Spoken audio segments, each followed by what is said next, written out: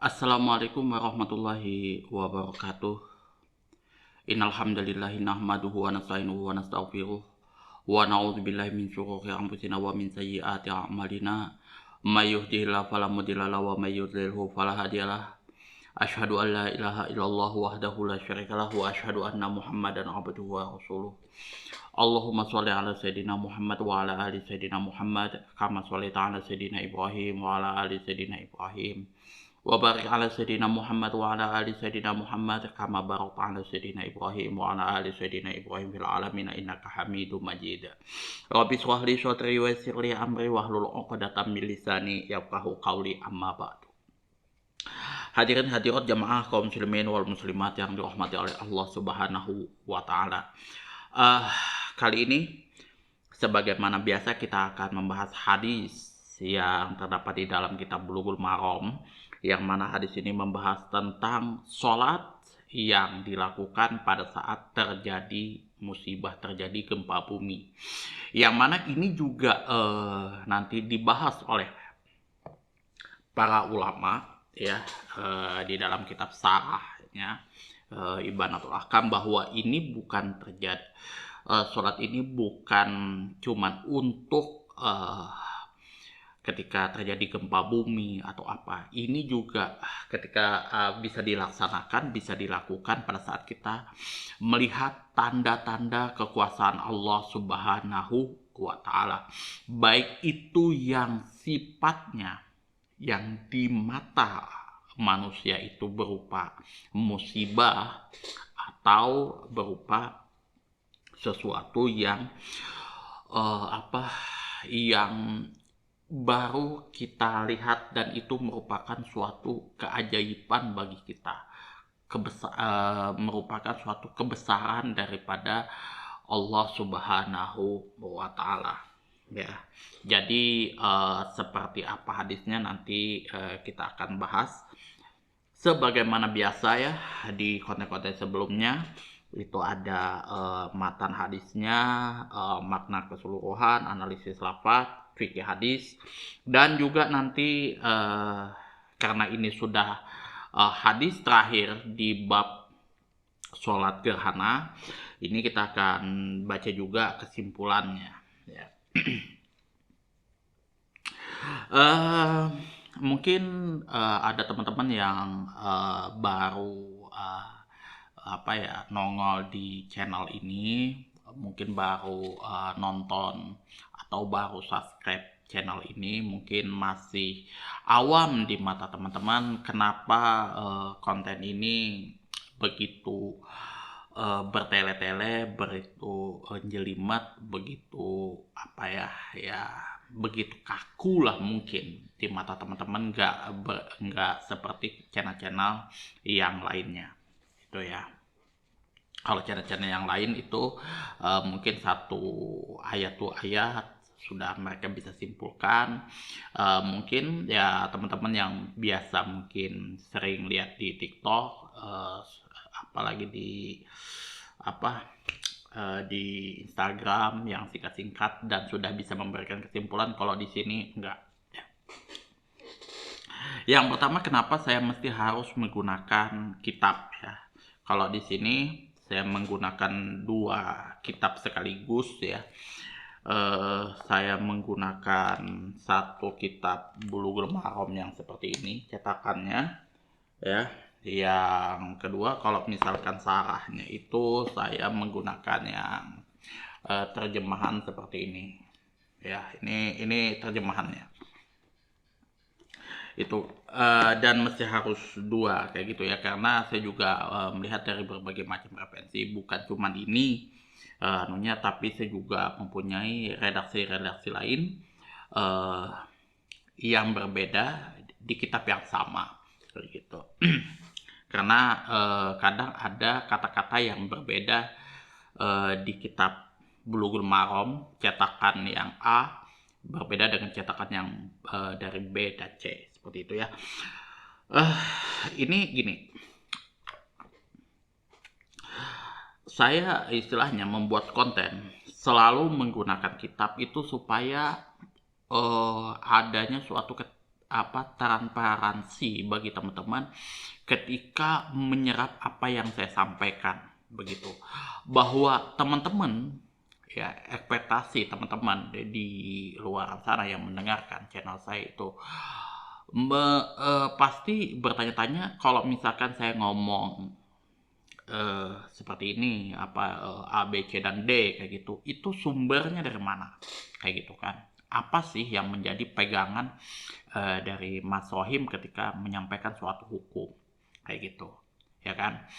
Makanya sering terjadi ketika Ustadz, misal contoh seperti Ustadz Abdul Somad, ketika memberikan hukum pada waktu itu, ketika beliau ditanya apa hukumnya catur dan beliau katakan haram, kemudian itu menjadi pro dan kontra di kalangan masyarakat kala itu, netizen kala itu, ya, karena netizen cuman melihat suatu hukum, apa yang disampaikan oleh Ustadz Abdul Somad bertentangan dengan apa yang saya lakukan, kayak gitu ya.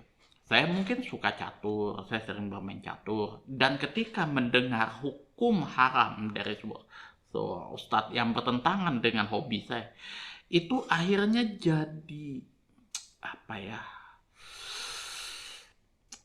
Saya tuh jadi gimana? Nggak melihat dulu kitabnya, nggak melihat dulu apanya, saya langsung judge, wah ini nggak benar nih Ustadz nih. Yang dari dulu nggak ada yang membahas masalah catur itu haram, apa segala macam. Kok tahu-tahu ada Ustadz yang mengharamkan. Nah, sehingga akhirnya Ustadz tersebut, ya Ustadz Abu Somad tersebut, dihujat mati-matian oleh seluruh netizen di Indonesia. Kayak gitu. Karena ya itu tadi sebenarnya. Toh pun juga sebenarnya Ustadz Abdul Somad, saya juga tidak menyalahkan beliau 100%, karena beliau menjawabnya pun juga harus dengan tempo yang sesingkat-singkatnya, supaya dia bisa menjawab lagi pertanyaan-pertanyaan orang yang lain. Bayangkan aja saya melihat, ya, ada tumpukan yang banyak seperti itu, dia tanyakan kayak gitu, dia jawab seringkas mungkin, dan pertanyaannya yang saya tangkap itu tidak semuanya bisa memuaskan audiensnya, kayak gitu. Itu ya, tapi saya salut dengan beliau bisa menjawab berbagai macam pertanyaan, ya, baik itu yang singkat, simpel, dan itu ya. Makanya di sini ya semampu saya ya mengeluarkan istilahnya membawakan kitab-kitab apa yang menjadikan rujukan saya ketika menyampaikan segala sesuatu yang berkaitan dengan hukum, supaya teman-teman paham. Oh, kalau misalkan bid'ahnya kunut subuh itu dalil ulamanya seperti ini. Kemudian haramnya musik itu dari sini, seperti ini dalilnya. Kenapa ada ustadz yang mengharamkan musik itu, kayak gitu kan. Dari dalilnya seperti ini, ulama-ulama yang manukan seperti ini, dan lain sebagainya, supaya teman-teman bisa belajar lagi lebih dalam, supaya jangan sampai keburu menjudge seseorang, ustadz siapapun itu, tanpa mendalami dulu atau memahami dulu kitab-kitabnya, kayak gitu ya. Ini benar nggak sih? Nah, benernya kadang netizen dengan kita yang atau ustadz-ustadz yang memang praktisi hukum itu sangat bertentangan sekali, kayak gitu. Kalau benar dan salahnya praktisi hukum agama Islam, yaitu terutama ustadz-ustadz yang bergelut di bidang fikih, itu adalah ulama-ulama ahlus sunnah wal jamaah yang mendalami bidang fiqh seperti itu. Walaupun ya dari Sabang sampai Merauke ustadz-ustadz yang menjelaskan tentang satu hukum itu berbeda-beda, kayak gitu, tergantung dari rujukan atau ulama mana yang dipegang oleh mereka, seperti itu. Nah, makanya ya teman-teman yang baru nongol, baru nongkrong di channel ini, ya, Istilahnya kalau misal ada penyampaian saya, ada apa ya, pandangan-pandangan saya yang berbeda dengan Ustadz antum semua, yang baik itu Ustadz Abdul Somad, mungkin Ustadz Hadi Hidayat atau apapun, itu bukan karena saya apa sok pintar atau apa, enggak. Tapi ya memang kitab atau dalil yang saya ambil dengan Ustadz antum ambil itu berbeda, dan saya tidak berani menyalahkan mana-mana pihak, baik itu dari Ustadz antum, Ustadz saya, dan Ustadz-Ustadz yang lain. Walaupun pada intinya saya tidak sepakat dengan Ustadz Adi Hidayat, saya tidak sepakat dengan Ustadz Abdul Somad, dan tidak sepakat dengan Ustadz Hatib. Itu pribadi saya kayak gitu ya. Tapi apakah pandangan saya selalu benar? Wallahu taala alam gitu ya. Itu wallahu alam kayak gitu kan. Apakah ketika saya menyampaikan suatu hukum ini haram, terus yang ustadz yang menghalalkan itu jelas itu pasti salah? Enggak juga seperti itu, karena jujur saja saya sudah bahas dari awal di sini ya. Kalau misalkan bab sholat saja, misalkan Imam Syafi'i ya, Imam Syafi'i itu kalau misalkan sholat tanpa membaca surah Al-Fatihah, itu sholatnya tidak sah, tidak diterima. Karena apa? Yang namanya surah Al-Fatihah itu masuk dalam kategori rukun sholat. Apabila rukun itu tidak terpenuhi, maka sholatnya tidak sah, dia harus mengulang sholatnya. Tapi berbeda dengan Imam Abu Hanifah kayak gitu. Nah, Imam Abu Hanifah ya mengatakan nggak harus kayak gitu. Bacaan surah Al-Fatihah bukan masuk dalam kategori rukun, itu wajib. Tapi kalau misalkan surah Al-Fatihah itu tidak dibaca, sholatnya tetap sah, tapi pahalanya dikurang. Kayak gitu aja. Dia tidak mendapat pahala daripada surah yang Al-Fatihah itu tadi. Kayak gitu. Apakah sholatnya Imam Abu Hanifah tidak sah dan dia pasti masuk neraka? Wallahu a'lam bishawab. Kayak gitu. Kita hanya menyampaikan apa yang menjadi dalil mereka, kemudian dalil kita apa segala macam seperti itu. Nah, dari turunan hukum ya, hukum baik itu hukum sholat itu ya, sholat, kemudian masuk lagi apalagi sholat, puasa, zakat, haji dan lain sebagainya, itu turunan-turunannya. Sulit kita menemukan ulama itu sepakat satu sama lain. Pasti ada perbedaan yang menonjol di kedua belah pihak di antara mereka. Dan teman-teman yang menonton video ini mulai dari awal sampai terakhir gitu kan, dari video ke video, insya Allah pasti sudah paham. Apalagi teman-teman yang sudah belajar kitab Bulughul Maram dan syarahnya Ibanatul Ahkam beserta kitab-kitab yang lain, pasti paham dengan seperti itu. Hanya mungkin saya mengkritisi dari ustadz-ustadz yang lain, mungkin mereka sedikit terlalu bersemangat ketika menyampaikan sebuah hukum yang mana kalau misalkan itu dia tidak mikir bahwa ini ada perbedaan pendapat dan sebagainya. Pokok kalau misalkan ini tidak kalian bertentangan dengan pandangan saya, itu sudah otomatis salah. Kalau saya nggak berani seperti itu ya. Intinya ya teman-teman, kalau misalkan berbeda dengan saya, silahkan teman-teman bantu saya ya, carikan literasinya kayak gitu kan. Oh, Tat, ada di dalam kitab Al-Mughni seperti ini isinya. Ada di dalam kitab Al-Muhalla masalah musik yang menghalalkan begini. Nah, nanti saya juga bantu bahas seperti itu. Dan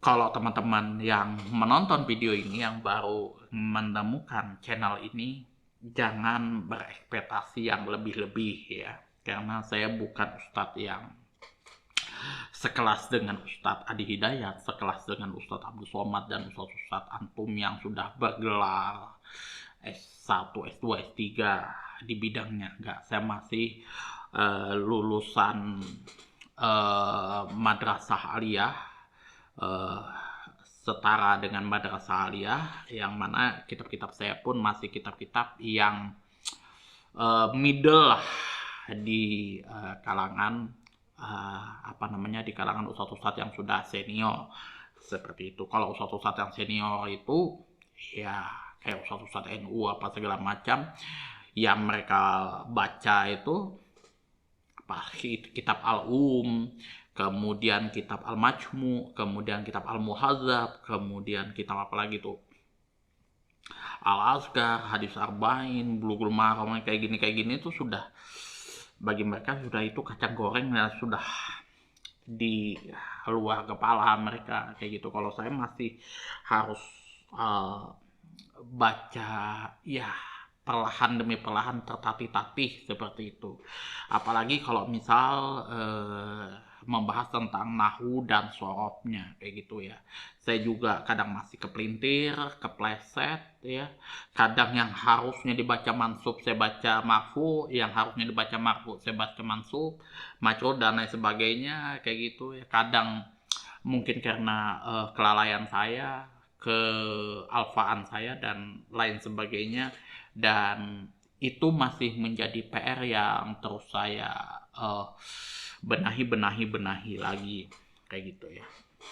Dan saya juga mengajak antum-antum semua, kalau misal ada yang salah dari penyampaian saya, silahkan teman-teman atur di kolom komentar. Silahkan teman-teman memberikan masukan mana-mana yang menjadi kesalahan saya kayak gitu ya, baik itu dari sisi ilmu nahu, shorof dan lain sebagainya.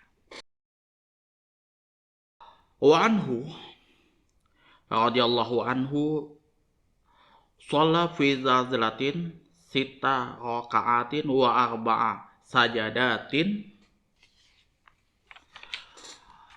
wa qala hakaza sholatu ayati.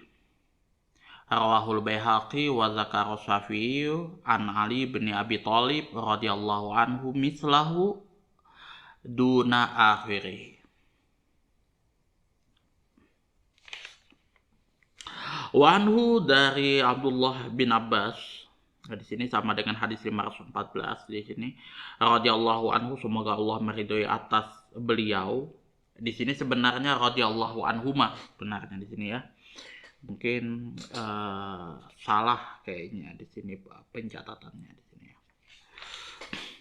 Shalla fi zalzalatin, yang mana Rasulullah Shallallahu Alaihi Wasallam melakukan sholat 2 rakaat fi zalzalatin pada saat gempa bumi, sita rakaatin 6 kali ruku, wa arba'ah sajadatin 4 kali sujud. Wa qala, dan di sini beliau kembali menceritakan, yang mana di sini qala di sini yang menceritakan adalah Abdullah bin Abbas.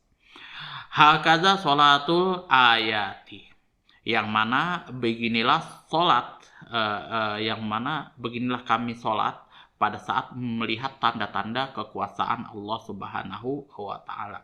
Rawahul Baihaqi, hadis ini diriwayatkan oleh Imam Baihaqi. Wa zakara Syafi'i, dan Imam Syafi'i menyebutkan an Ali bin Abi Thalib dari Ali bin Abi Thalib radhiyallahu anhu, semoga Allah meridhoi atas beliau, mislahu, hadis yang serupa, duna akhirih, tanpa menyebut akhir daripada hadisnya ini tadi ya. Jadi akhirnya tidak ada wa hakaza sholatul ayati, itu tidak disebutkan oleh Imam Syafi'i melalui jalur Abu Thalib ya. Jadi pada saat terjadi gempa bumi, menurut kesaksian daripada Abdullah bin Abbas di sini, bahwasanya Rasulullah melaksanakan sholat 2 rakaat yang mana 6 kali ruku dan 4 kali sujud itu ya. Itu ketika gempa bumi itu melakukan sholat 2 rakaat, 6 kali ruku dan 4 kali sujud. Gempa bumi kemudian gerhana matahari, gerhana bulan, serta banjir. Semuanya tersebut menunjukkan tanda-tanda kekuasaan daripada Allah Subhanahu wa Ta'ala, yang dengan melalui Allah Subhanahu wa Ta'ala mempertakuti hamba-hambanya, mudah-mudahan mereka bertobat kepada Allah Subhanahu wa Ta'ala. Karena itu dianjurkan meminta pertolongan kepada Allah Subhanahu wa Ta'ala melalui sholat. Jadi yang namanya terjadinya musibah itu ya, apapun itu gejala-gejala yang ada di muka bumi itu ya. Misalkan kita baru selesai dengan terutama Kalimantan ya, itu baru selesai dengan badai El Nino ya, yang mana itu menyebabkan kita mengalami kemarau yang berkepanjangan dengan suhu yang begitu tinggi saat itu. Kemudian kita juga dulu-dulunya kita terkena gempa bumi yang dahsyat di Sulawesi, Palu pada saat itu, dan beberapa musibah saat itu. Terutama yang dahsyat juga itu yang kemarin sempat seluruh dunia mengalaminya, itu COVID. Nah, itu semua merupakan tanda-tanda daripada kekuasaan Allah Subhanahu wa Ta'ala, supaya hamba-hambanya ini merasa takut bahwasanya ini tuh merupakan akibat daripada kita sebagai hamba Allah ini sudah banyak menyimpang daripada apa yang Allah perintahkan kepada kita. Ya. Kita ambil salah satu contoh, misalkan kasus banjir di, banyak orang yang cerita ke saya di situ, kenapa bisa sampai banjir setinggi itu, karena ya kurang lebih di mungkin itu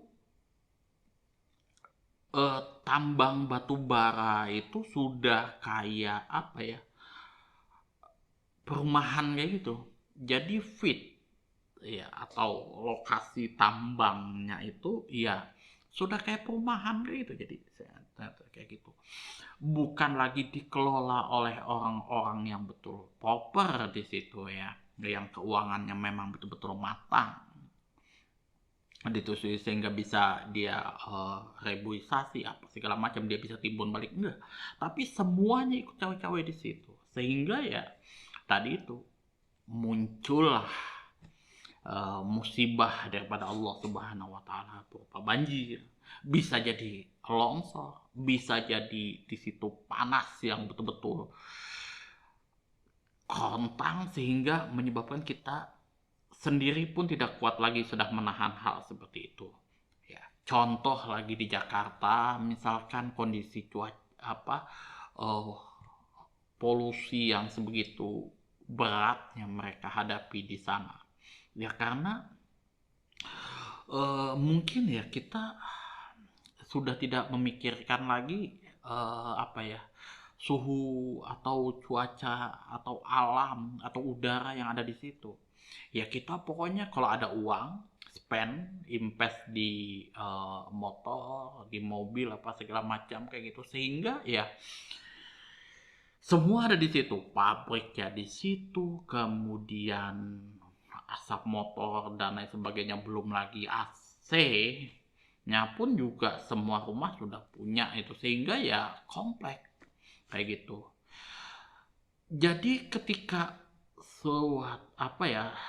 pemerintah selanjutnya mencoba memperbaiki itu, jadi berat untuk melakukannya kayak gitu, karena ini sudah kompleks. Kalau misalkan saya ambil langkah yang seperti ini, maka ini akan istilahnya bentrokan dengan yang ini bisa jadi kuat juga kayak gitu kan. Itu yang akhirnya susah untuk ditanggulangi kayak gitu. Itulah kenapa kalau misalkan terjadinya musibah-musibah, azab dan lain sebagainya. Yang kita introspeksi itu bukan cuman karena kita bermaksiat kepada Allah dalam bentuk kemaksiatan mungkin main cewek atau enggak seperti itu juga, tapi kita ini punya hubungan baik itu kepada Allah Subhanahu wa taala, kepada sesama manusia dan kepada alam semesta yang Allah ciptakan kepada kita. Karena ya Allah Subhanahu wa taala menurunkan manusia di muka bumi itu untuk menjadi seorang khalifah ya. Khalifah ini, pemimpin ini adalah pemimpin yang bisa menjadi jembatan yang bisa memimpin semuanya gitu supaya siklusnya itu terus menerus terjaga, menjaga ekosistem yang ada sehingga tidak ada sesuatu yang mendominasi suatu makhluk mendominasi makhluk yang lain kayak gitu ya. Karena saya punya pengen yang seperti ini, punya kebutuhan yang sampai saya harus mengorbankan berapa lahan sehingga ya mengganggu makhluk yang lain, binatang apa segala macam, sehingga dia mencari makannya pun susah, harus bertarung dengan manusia itu sendiri. Itu contoh kayak misalkan yang terjadi Sumatera kemarin kan, harimau bisa sampai memakan manusia kayak gitu kan, karena ya bukan karena dia memang pengen makan manusia, pengen memburu manusia, enggak, karena ya sudah lahannya itu sudah sempit betul kayak gitu ya. Dan itu tuh sudah nggak ada lagi kayak gitu. Jadi ya mau tidak mau ya manusia disikatnya, mau ada anak kecil disikatnya seperti itu. Manusia pun juga kurang bijaksana ketika menghadapi hal seperti itu, langsung dibunuh, langsung disikat kayak gitu. Dan harusnya ya kita introspeksi lagi seperti itu. Apa yang kita sudah lakukan ini benar enggak? Seperti itu. Sama halnya ya musibah gempa bumi. Ya karena mungkin terlalu banyak maksiat apa segala macam, itu betul.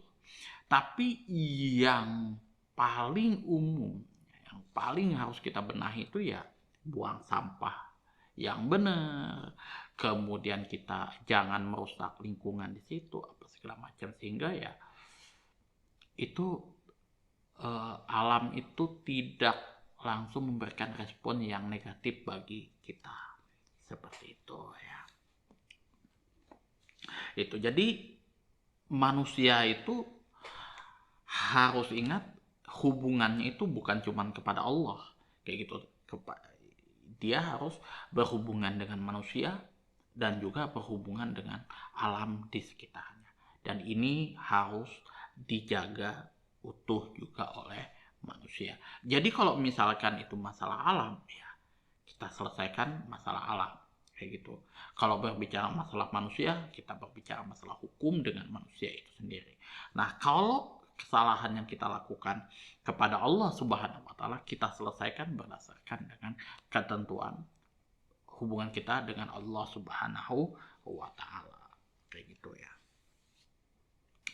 Kalau misalkan sholat kita sudah benar, apa segala macam sudah benar kayak gitu, terus kita masih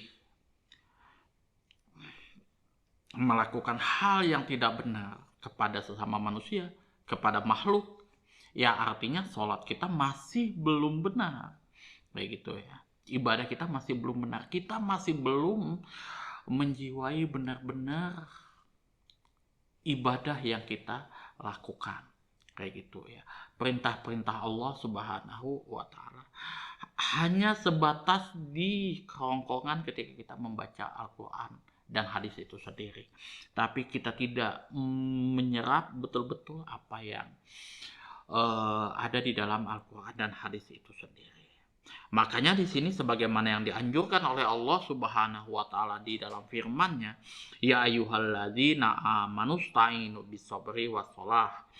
Hai orang-orang yang beriman, jadikanlah sabar dan sholat sebagai penolong. Gitu ya. Karena di dalam kita beribadah apapun itu, kesabaran dan sholat itu menjadikan penolong kita di situ ya. Apapun ya, itu kesabaran itu mesti harus kita tekankan. Kita di dalam menyampaikan amar ma'ruf nahi munkar harus dengan sabar. Seperti itu ya. Kemudian kita menyampaikan aspirasi kita kepada pemerintah juga mesti harus sabar, karena ketika kita menyampaikan kritikan kita kepada pemerintah, belum tentu itu dibaca oleh mereka, direspon langsung oleh mereka. Belum tentu gitu ya, karena ya jujur aja ketika saya misalkan menyampaikan kritikan ke pemerintah kayak gitu, nggak bisa dia langsung oke, ambil eksekusi kayak gitu, nggak bisa. Dia harus lihat dulu lebih detail, kira-kira nih usulan saya, ide saya, kritikan saya ini berbenturan nggak dengan yang lain, dan masalah yang saya sampaikan itu juga dia harus pertimbangkan dulu mana yang lebih urgent yang harus dia lakukan, seperti itu ya. Dan pada umumnya ya, kalau bagi saya pribadi, setiap kali pemerintah mengambil suatu kebijakan sebaik-baik apapun pasti mengorbankan kepentingan rakyatnya yang lain, itu sudah pasti itu ya. Ya contoh misal apa ya, ketika ketika dia pengen misal contoh kasus mau didahulukan yang mana nih, kepentingan Tanah Abang atau kepentingan kemarin itu TikTok Shop kayak gitu kan. Kalau misalkan dia kepentingan Tanah Abang yang dia dahulukan, nah otomatis dia tutup TikTok Shop, ya orang-orang yang ada di TikTok Shop tersebut dikorbankan. Seperti itu. Sama halnya misalkan saya pengen jangan sampai ada lagi penambang-penambang ilegal ya, batu bara yang ilegal. Pokoknya yang betul-betul mapan dari sisi finansial dan lain sebagainya, SOP-nya dijalankan dengan benar. Toh juga penambang-penambang ilegal ini kan ada rakyat di situ, ada masyarakat yang bergantung di situ, apa segala macam di situ. Ya mau tidak mau saya harus korbankan seperti itu kan. Karena pada dasarnya saya juga menjaga nih supaya jangan sampai terjadi gempa bumi, tanah longsor dan lain sebagainya yang itu menjadikan azab bagi kita nanti ke depannya. Itu ya. Ya, termasuk saya menutup lokalisasi dan lain sebagainya, karaoke ya. Saya harus korbankan kepentingan rakyat yang bergantung hidup di situ. Ya. Jadi nggak bisa kalau misalkan kita berharap dengan pemerintah, suatu pemimpin itu bisa adil-adilnya 100% kepada seluruh rakyat Indonesia atau kepada seluruh dunia pada umumnya, nggak ada. Itu intinya ya, kalau misalkan kita menjelang pemilu seperti ini ya, mana yang paling minus mudaratnya, seperti itu ya. Itu ya kalau kita masuk ke TV jurang. Kemudian di sini apabila Nabi SAW mengalami suatu peristiwa yang besar, beliau segera melaksanakan sholat. Hanya belum pernah dibuktikan di dalam sunnah bahwa beliau SAW melaksanakan sholat secara berjamaah ketika terjadi gempa bumi dan tidak menyerukan untuk melakukannya. Karena itu dianjurkan sholat dilakukan secara perorangan, sama halnya dengan sholat yang lain. Ya, jadi ada suatu pandangan di sini bahwasanya ketika hadis ini diterima, dicerna oleh ulama hadis yang memang ini kan, maka mereka cari lagi nih, kira-kira ada nggak sih hadis-hadis yang menjelaskan bahwasanya seperti apa sholat Rasulullah Shallallahu Alaihi Wasallam. Nah di situ ya. Kalau misalkan berjamaah, otomatis sahabat siapa yang menyaksikan bacaan-bacaan, tata cara, kemudian waktu yang dilakukan oleh Rasulullah Shallallahu Alaihi Wasallam yang berkaitan dengan gempa bumi itu sendiri. Akan tetapi di sini Imam Ahmad mengatakan bahwasanya sholat karena adanya gempa dilakukan sama dengan sholat karena gerhana. Ya, jadi ada yang mengatakan bahwasanya sholat ini dilakukan secara sendiri-sendiri sama dengan sholat yang lainnya. Karena ulama yang lain mengatakan bahwasanya tidak ada jejak histori yang dilakukan oleh Rasulullah Shallallahu Alaihi Wasallam ketika terjadi gempa. Rasulullah Shallallahu Alaihi Wasallam melaksanakan sholat secara berjamaah. Kemudian di sini kalau Imam Ahmad mengatakan bahwasanya sholat karena gempa bumi itu dilakukan sama halnya dengan sholat gerhana dilakukan secara berjamaah seperti itu. Kemudian di sini analisis lafadznya adalah wa anhu, juga dari Abdullah bin Abbas radhiyallahu anhuma. Sama dengan sumber dari hadis sebelumnya yaitu 514 yang sudah kita bahas sebelumnya gitu ya. Al-zalzalah di sini artinya adalah gempa bumi. Iza zulzilatil ardu zilzalaha, itu kan teman-teman pasti baca surah itu ya. Surah Al-Zalzalah. Kemudian al-ayat di sini, kalau misalkan teman-teman baca Al-Quran itu kan pasti ada ayatnya. Itu nomor ayat. Kalau umumnya di sini adalah tanda-tanda yang menunjukkan keesaan Allah Subhanahu wa Ta'ala. Yang dengan melalui tanda-tanda tersebut dia mempertakuti hambanya agar mereka berlindung kepadanya, baik dalam keadaan suka ataupun dalam keadaan duka, agar mereka mengetahui bahwa Allah Subhanahu wa Ta'ala Maha Kuasa atas segala sesuatunya. Kayak gitu ya. Jadi ya, kalau misalkan kita orang yang beriman kayak gitu ya, bukan dari kalangan maaf coki padede begitu. Kita tuh kalau misalkan ada segala sesuatu yang berhubungan dengan ini, kayak misalkan gempa apa segala macam, itu semua kita kembalikan kepada kekuasaan Allah Subhanahu wa Ta'ala. Itu bukti keesaan daripada Allah Subhanahu wa Ta'ala. Itu bukti bahwasanya Allah Subhanahu wa Ta'ala itu ada. Dan Allah di sini memberikan suatu teguran kepada hamba-hambanya itu untuk berlindung kepadanya, untuk muhasabah diri, itu baik keadaan suka ataupun duka kayak gitu ya, supaya kita tuh benar-benar berada kembali ke rute yang sudah ditetapkan oleh Allah Subhanahu wa Ta'ala di situ. Tapi bedanya kalau misalkan saya dengan beberapa ustadz yang lain, mungkin kalau yang namanya maksiat itu bagi mereka itu maksiat kepada Allah ya, mungkin berzina atau apalah itu kayak gitu kan, yang berhubungan dengan Allah Subhanahu wa Ta'ala. Tapi kalau saya enggak, kalau misalkan itu memang berhubungan dengan Allah Subhanahu wa Ta'ala, itu nanti di akhirat kita akan lihat kayak gitu.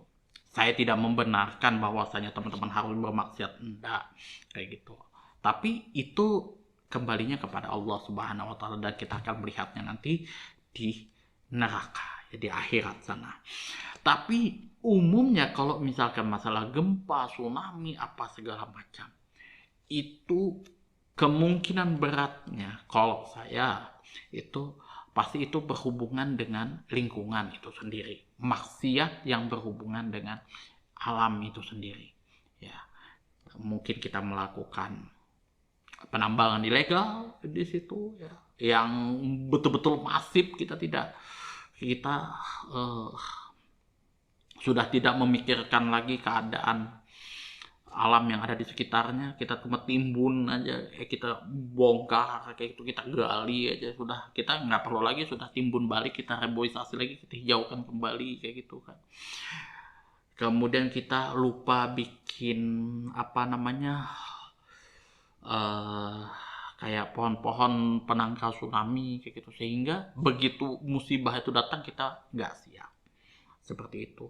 Yang namanya kita beribadah kepada Allah Subhanahu wa taala, bukti pengabdian kita sebagai seorang khalifah, itu kita mesti harus bertanggung jawab kepada tiga ini tadi, kepada Allah Subhanahu wa taala, kepada sesama makhluknya, yaitu kepada manusia dan makhluk yang lain, baik itu alam semesta dan juga tumbuh-tumbuhan, hewan, itu flora dan faunanya, itu supaya ya semuanya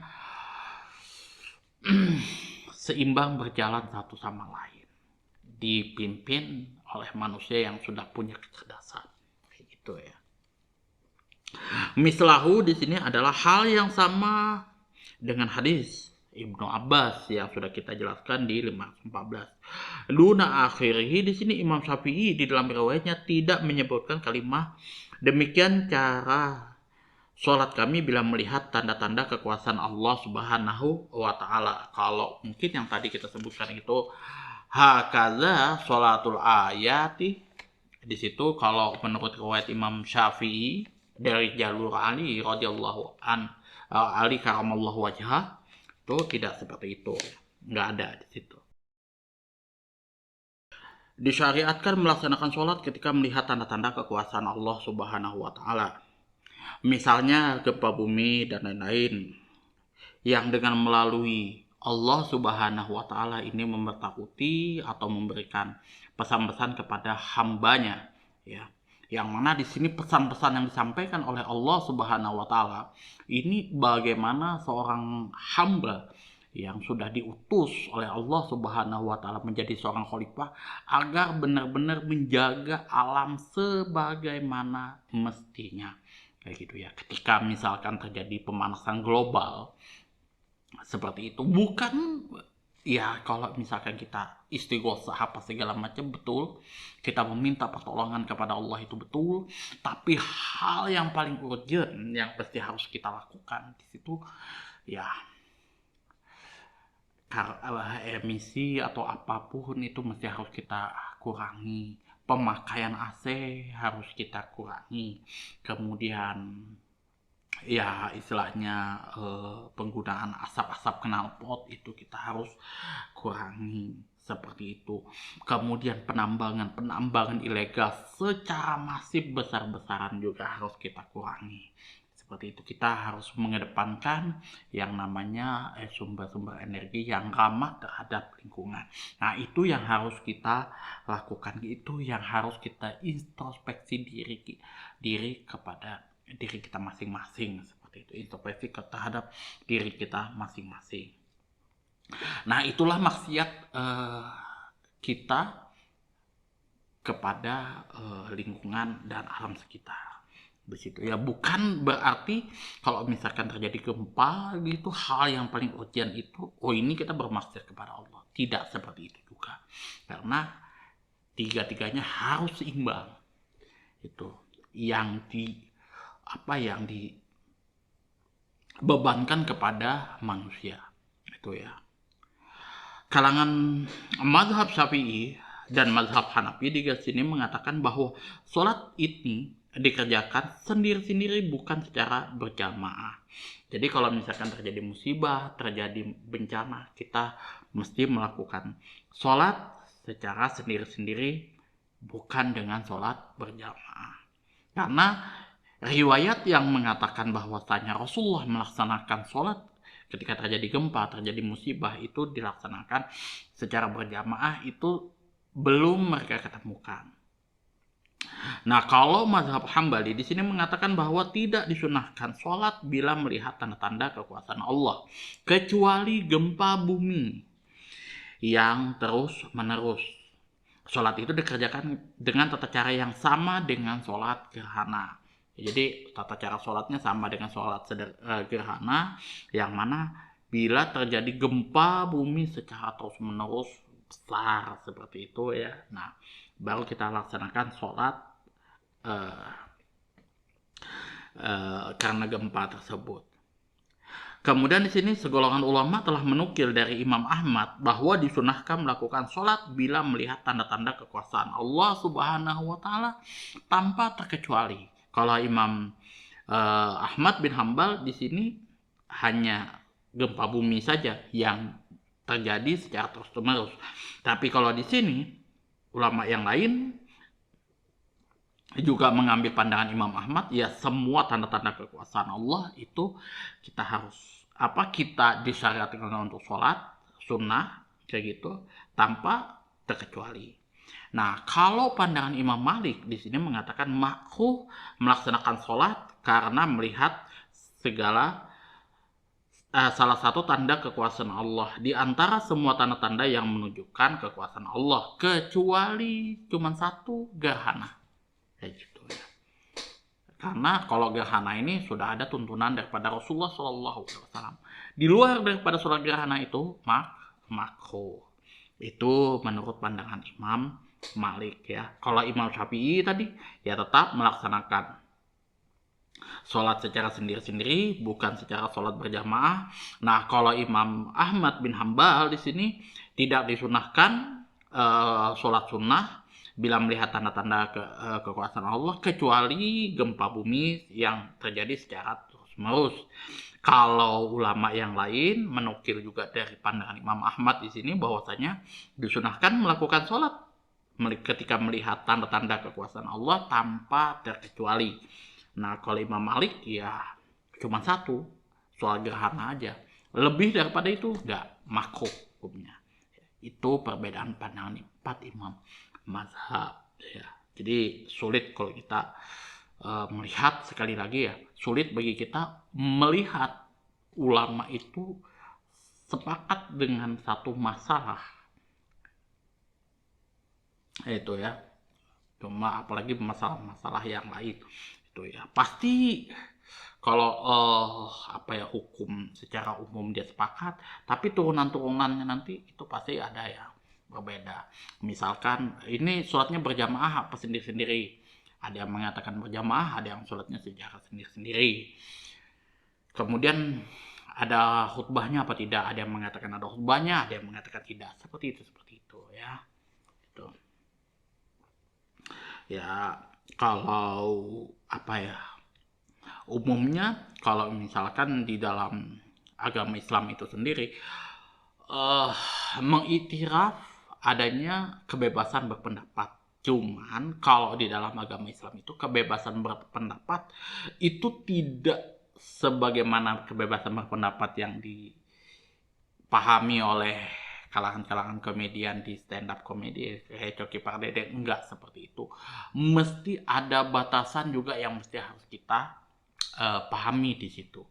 Enggak semena-mena kayak misal saya ahli fikih kayak gitu ya, mendalami masalah fikih, terus saya memberikan komentar masalah hadis. Oh, ini hadis ini dhaif, sahih dan lain sebagainya. Nggak bisa seperti itu, bos. Karena itu bukan saya punya urusan kayak gitu ya. Itu ulama-ulama ahli hadis yang punya urusan. Begitu juga masalah tafsir. Itu juga bukan saya yang punya urusan, tapi itu ulama-ulama ahli tafsir yang punya urusan. Jadi kalau saya itu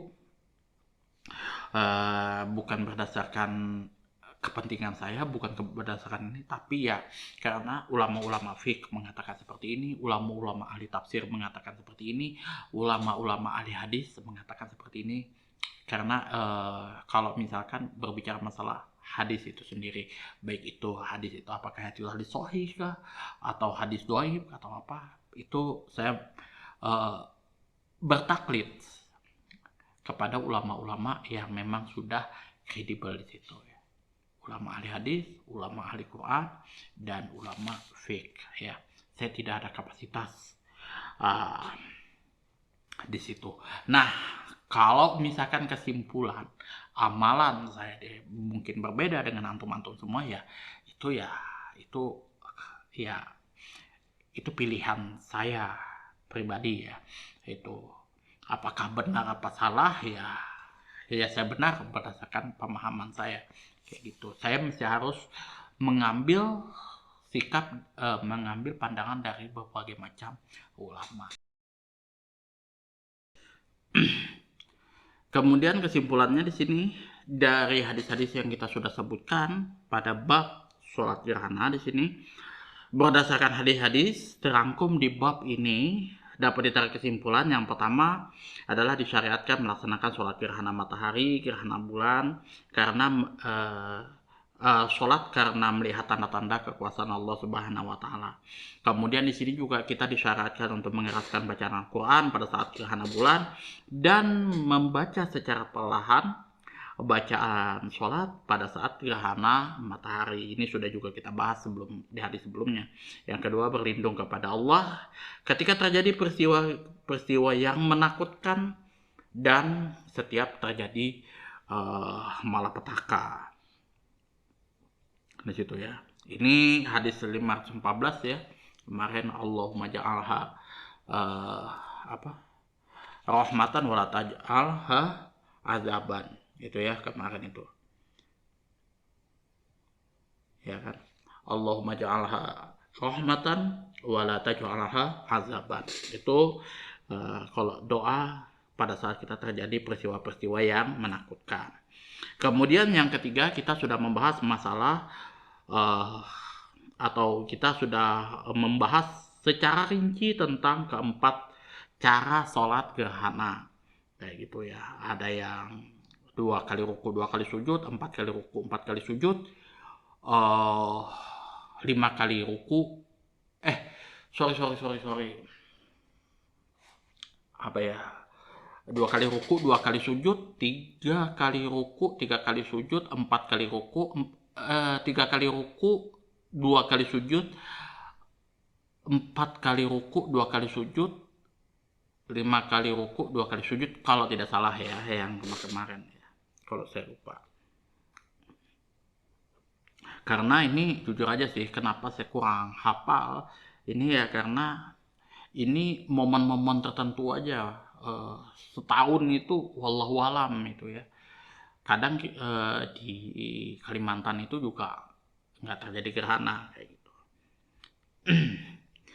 Yang kelima, istighfar, sanggahan terhadap orang-orang yang mengatakan bahwa matahari dan bulan mengalami gerhana karena kematian seseorang yang besar, dengan sanggahan terhadap sebagian orang jahiliyah yang dahulunya menyembah matahari dan bulan. Ya, jadi kalau misalkan masih percaya dengan khurafat, tahayul dan lain sebagainya kayak gitu kan, perhitungan bulan dan lain sebagainya, itu disinilah dalilnya di sini bahwa Rasulullah SAW sudah menghapus yang namanya adat istiadat yang berbau khurafat dan tahayul itu sendiri. Kalau misalkan misal di Kalimantan umumnya kalau misalkan kecelakaan itu karena kepuhunan ya,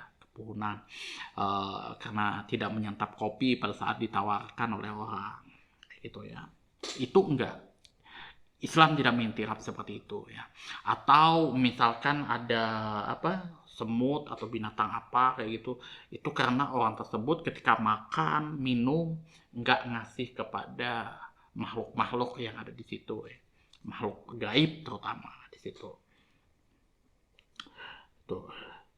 Karena kalau kita berbicara masalah percaya terhadap khurafat dan tahayul, itu benar-benar kejadian. Nah, disitulah pentingnya kita bersabar ketika menghadapi itu semua kayak gitu ya. Ya memang betul bahwasanya anaknya Rasulullah SAW meninggal pada saat itu. Gitu ya. Dan ketika kita mempercayai suatu khurafat dan tahayul itu, ya memang akan terjadi kayak gitu. Kalau misalkan kita tidak menyantap apa yang sudah orang tawarkan kepada kita, ya memang benar-benar terjadi musibah yang kita alami. Kalau misalkan kita percaya terus ya, itu berbahaya nanti kepada akidah kita sendiri. Yang kelima, istighfar atau memohon ampun kepada Allah merupakan penyebab bagi tertolaknya malapetaka yang sedang melanda. Itu ya. Jadi kita mesti memohon istighfar dan memohon ampun kepada Allah Subhanahu wa taala terhadap malapetaka yang melanda kita. Itu ya. Memohon ampun kepada Allah Subhanahu wa taala. Tapi ingat, berdasarkan daripada kesalahan yang dia lakukan, kesalahan yang kita lakukan. Jangan kesalahan yang kita lakukan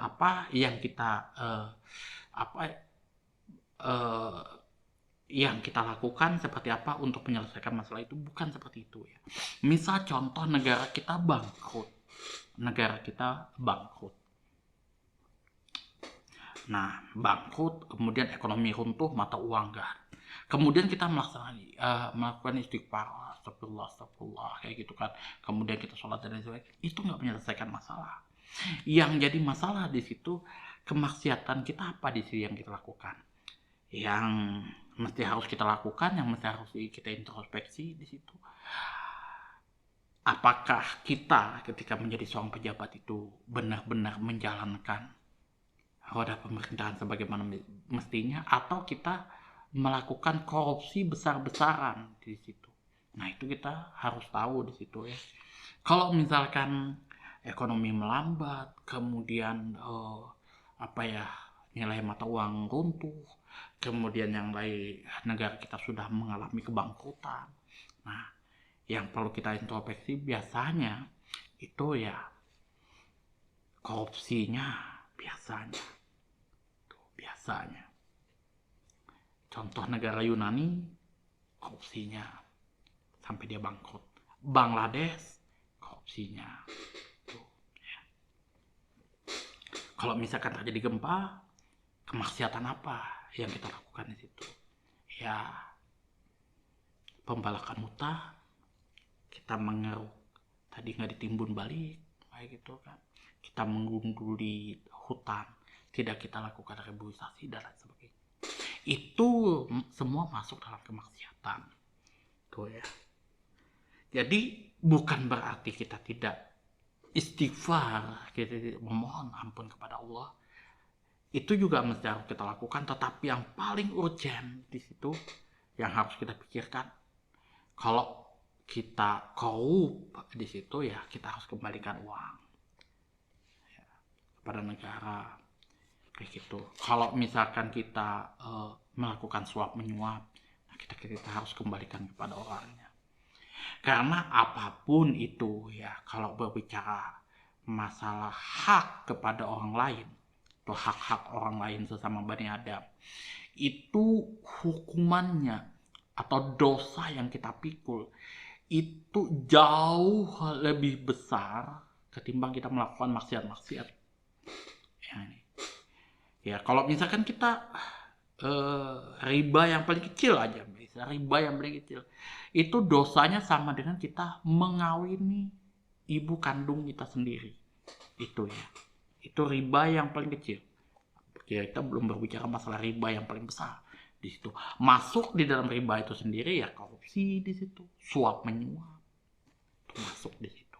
Nah, kalau misalkan suatu kemungkaran yang terjadi di suatu pemerintahan, tidak ada orang yang amar ma'ruf nahi mungkar di situ, maka tunggulah azab yang Allah datangkan kepada negara itu sendiri. Ya, azabnya bisa terjadi kebangkrutan terhadap negara itu sendiri. Otomatis ya hutang makin melambung, kemudian rakyat makin tertindas dan lain sebagainya. Dan itu butuh orang-orang yang intelektual ya, yang memang di bidang dalam situ ya. Kalau saya ya hanya ya sebatas apa yang saya tahu saja ya itu, tanpa ya saya juga belum tahu psikologi yang ada di situ ya ketika ya, karena saya ya jujur aja bisa mengatakan seperti ini ya karena saya bermain di uang kecil saja. Bagaimana mungkin misalkan iman saya bisa tetap kokoh misalkan ketika saya disodorkan uang 20 juta di depan mata itu kan, wallahu alam kayak gitu kan. saya bisa saja saya bisa goyah di situ. Makanya ketika ada sahabat Rasulullah Shallallahu Alaihi Wasallam yang meminta jabatan kepada Rasulullah Shallallahu Alaihi Wasallam, dan sahabat di situ belum mampu kayaknya ini Rasulullah itu nggak kasih dia jabatan kayak gitu, makanya kita dilarang minta jabatan kayak gitu ya. Padahal sahabat Rasulullah yang meminta itu ya bukan orang sembarangan juga, dia betul-betul amanah, dia jujur. Tapi kadang orang yang jujur, amanah, belum tentu dia patonah. Di situ kita harus punya 4 ya. Sidik, amanah, tablik, patonah. Gitu. Tablik kita harus berani menyampaikan amar ma'ruf nahi munkar apapun yang terjadi. Itu. Jujur, kita masih harus jujur ya kan, kita harus istilahnya menyampaikan apa yang ini ya. Kalau misalkan bos kita katakan A ya kita laksanakan A kayak gitu, nggak bisa kita mencela-mencela. Kemudian sidik, amanah kita bisa dapat dipercaya kayak gitu kan, kita tidak berkhianat. Kemudian tablik, kita sampaikan apa yang benar. Nah, patonah ini kita juga harus mesti cerdas ya. Kita harus cerdas kayak gitu. Nggak bisa misalkan kita menjabat suatu misalkan gubernur apa segala macam kayak gitu, presiden lah, katakan cuman bermodal jujur, amanah, mungkin saya keras kayak gitu kan, menyampaikan apa yang hak, apa yang batil, tapi saya tidak tahu nih detail-detail masalah hukum, tidak tahu masalah modus-modus operandi maksiatan itu sendiri, korupsi itu sendiri. Tuh. Biasanya kalau orang yang ini ya itu orang yang memang betul-betul paham di situ, itu ya. Itu. Kalau misalkan saya cuma bermodalkan jujur aja, nggak tahu saya gimana seluk-beluk mereka melakukan itu ya. Saya cuma dibohongin saja, saya bisa dikadalin aja. Mas Soim aman, semua aman-aman. Ujung-ujung mereka di belakang menilap satu sama lain di situ. Yang keenam, penjelasan tentang rasa takut kita kepada rasa takut Rasulullah Shallallahu Alaihi Wasallam kepada Tuhannya dan rasa kasih sayang terhadap umatnya. Rasulullah itu punya rasa takut kepada Allah dan punya kasih sayang terhadap umatnya. Kalau kita berbicara masalah pilpres ya, politik pada saat ini ya, kita tuh mesti harus takut kepada Allah sebagai pertanggungjawaban kita pada saat kita memimpin rakyat yang sedemikian besar kayak gitu.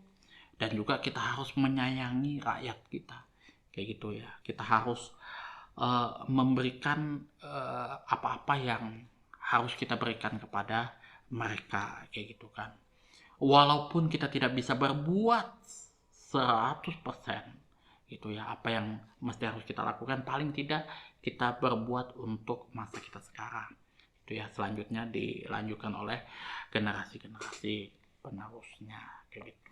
Intinya ya, kita tidak meninggalkan legasi atau suatu image yang buruk atau suatu kebijakan yang buruk untuk generasi kita yang akan datang kayak gitu ya. Karena kalau misalkan kita meninggalkan suatu kebijakan, suatu legasi yang buruk, itu nanti akan menyulitkan generasi-generasi setelahnya ketika mengemban amanat itu sendiri ya. Contoh kayak misalkan Bangladesh, negara itu bangkrut ya kan, itu nanti dia mesti harus step by step dia memperbaiki itu sendiri ya. Kalau misalkan dia mau instan dalam tempo katakan 10 tahun katakan seperti itu, atau 5 tahun, itu orang yang memimpin negara tersebut mesti harus otoriter. Itu mesti harus otoriter kayak gitu. Dia betul-betul habis-habisan kayak gitu. Kalau nggak bakalan cepat. Kalau misalkan dia melakukan itu pelan, ya step by step dia lakukan, ya otomatis 5 tahun mungkin dia digulingkan, kemudian 5 tahun diganti lagi, 5 tahun diganti lagi, mungkin bisa 15 tahun atau bisa jadi lebih daripada itu. Bisa jadi dia ini bagus tadi dirubah lagi oleh pemimpin yang sebelumnya, dirubah ujung-ujung ya tetap lama. Jadi ya intinya kita harus, ya kita sebagai rakyat jelata kayak saya ini, ya hanya berharap ya ketika Pilpres 2024 ini nanti ya mudah-mudahan Indonesia tetap aman, damai kayak gitu, tidak ada pertikaian satu sama lain, dan bisa legowo menerima suatu kekalahan itu sendiri ya. Bagi teman-teman ya yang di akar rumput kayak saya ini ya, intinya nggak usah terlalu baper, nggak usah terlalu ini ya, gunakan hak pilih teman-teman ya ketika nanti di Februari ini sudah makin dekat, nggak terasa itu ya, dan tetap santuy ya. Intinya kalau misalkan teman-teman ditanya mau pilih mana, jagoannya apa, katakan saja lubar ya. Kalau saya selalu katakan lubar, luas, umum, bebas, dan rahasia. Itu urusan saya dengan Allah. Itu saja yang dapat saya sampaikan, kurang dan lebih saya mohon maaf yang sebesar-besarnya. Mungkin ada kata-kata saya yang menyinggung hati teman-teman, mungkin tidak sesuai dengan ekspektasi teman-teman, semuanya saya mohon maaf yang sebesar-besarnya. Kemudian apabila ada saran, kritikan, masukan, dan juga pertanyaan, silahkan atur di kolom komentar. Akhirul kalam, wabillahi taufiq wal hidayah. Wassalamualaikum warahmatullahi wabarakatuh.